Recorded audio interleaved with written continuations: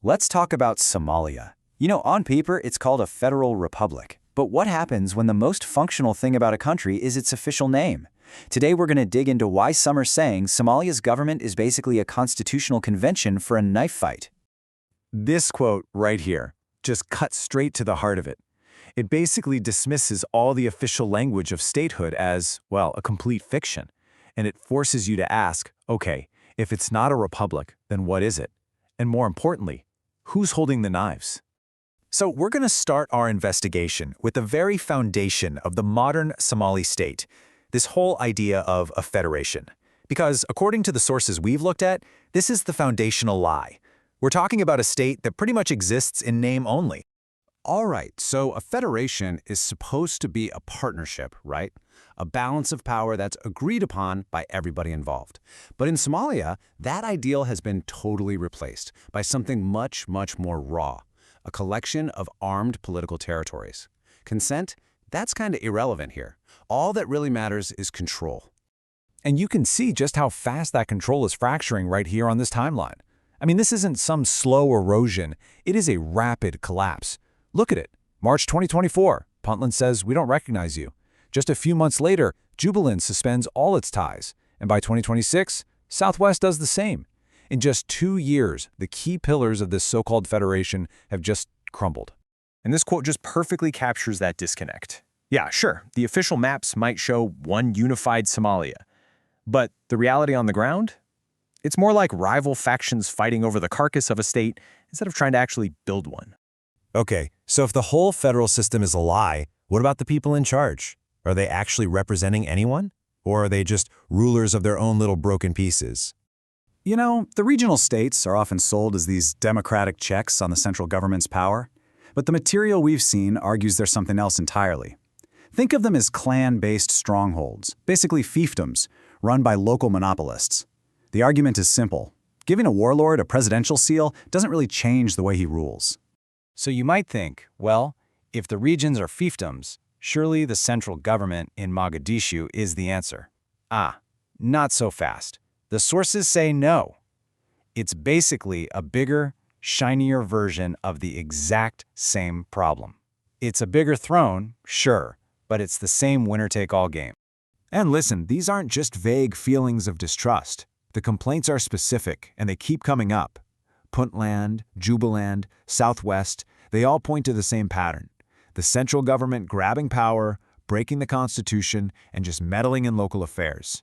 It's a cycle of accusations that just never seems to stop. And all of this leads to this concept of the hollow presidency. See, the government has all the symbols of power, the flag, the official titles, recognition from other countries. But inside Somalia, its actual authority is, well, it's full of holes. When your own member states can just ignore your commands, what does your power really mean? So, if the formal government is hollow, what's actually running the country? To find the real engine of this system, we have to first understand the unbelievable human suffering that it creates. While all the politicians are squabbling over power, this is the reality for millions of people. The UN is reporting that 6.5 million people are facing severe hunger. And this isn't just some sad backdrop to the political drama. It is the direct result of a system that cares more about power than its own people. This slide here basically gives us a blueprint for that system. It's a literal engine of dysfunction. And the sources argue it's fueled by two main things. On one side, you have the deep-rooted power of clan politics, which, honestly, dictates everything. And on the other, you've got this constant flow of foreign patronage, which lets the leaders completely ignore their own citizens. Both of them feed the same machine, and both produce the exact same outcome. Now, this is a really critical point. Publicly, every single leader will condemn clan loyalty as backwards.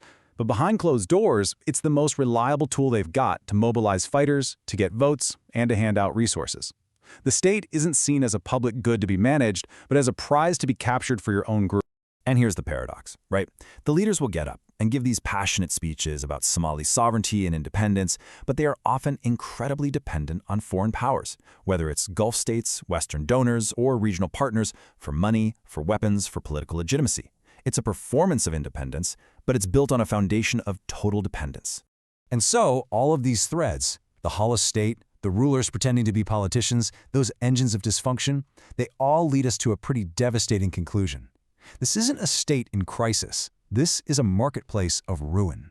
Now, what's so crucial to get here is that this crisis isn't new. Not at all. It's a grim continuation of history. I mean, look at the pattern. The clan-based politics of the 60s, then the dictatorship of Siad Barre, which completely smashed the state. Then came the warlords who just looted the ruins. And the sources we're looking at argue that today, sure, the stationary might look more modern, but the fundamental habits of the ruling class, they haven't changed a bit. This comparison really says it all. On one side, you've got the language of a state, public trust, national order. But on the other side, you've got the grim reality that our sources describe, where public trust becomes loot with a letterhead, and patriotism, well, patriotism becomes just another business. And this brings us to the final devastating verdict from our sources. A country can survive an insurgency. It can even survive drought and poverty. But the one thing it really struggles to survive is a political class that sees the state itself not as a home to protect, but as loot to be taken. And so we're left with this question. When patriotism itself becomes a business, and governing is just one more transaction in this marketplace of ruin, what's actually left? What survives? And what hope is there for the ordinary person who's just trapped inside it all?